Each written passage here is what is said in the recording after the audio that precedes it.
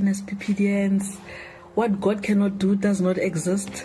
What God cannot find does not exist. What God cannot restore does not exist. My name is Thuli from South Africa. I'm here to give a testimony of a God of a suddenly.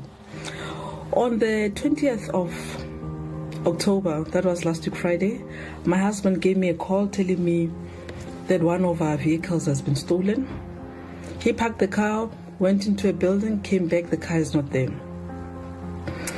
I asked him where he is. He shared with me his location. I had to drive there. But on my way, I remembered that one of the testifiers said they had to pull out everything they learned from the altar. I did the same. I told Earth, hold that car down. Earth, that car does not move. Angels of the altar, find the car. Then I got to my husband. We called a tracking company. They said they can't pick up any signal, so we have to go and open a case at the police station. We drove to the police station, opened the case. We were told it will take them 3 days to distribute this case. We went back home, and when we got home, I continued with my day. In an hour, my husband comes in rushing. They found the car, Who? Some policemen called me to come. Then we had to drive 30 km to another area in Pretoria.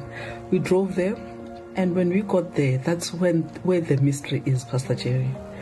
When we got there, we asked what happened. We are told that this car was stolen by Grandchild and his friends. Grandchild, out of all the friends, decided to take the car to his granny. When he got there, Granny said, no, whose car is this? I don't want this car in my house. Then, because the grandmother was shouting, Grandchild decided to leave the car and leave Granny. So he left the car there and went wherever. Grandmother called the police, like the 911 of South Africa, and told them, I have a car, this is my address, I don't know whose car this is, I don't want this car here. That message was distributed among the police officers or policemen. Pastor Jerry, it so happened that there are 2 officers a house away from that granny's house. They went into their house because they had an address on the communication. They went in, they found the bakkie. Inside the bakkie, they found our business card and called us to come and fetch our car. God of suddenly, what God cannot do does not exist.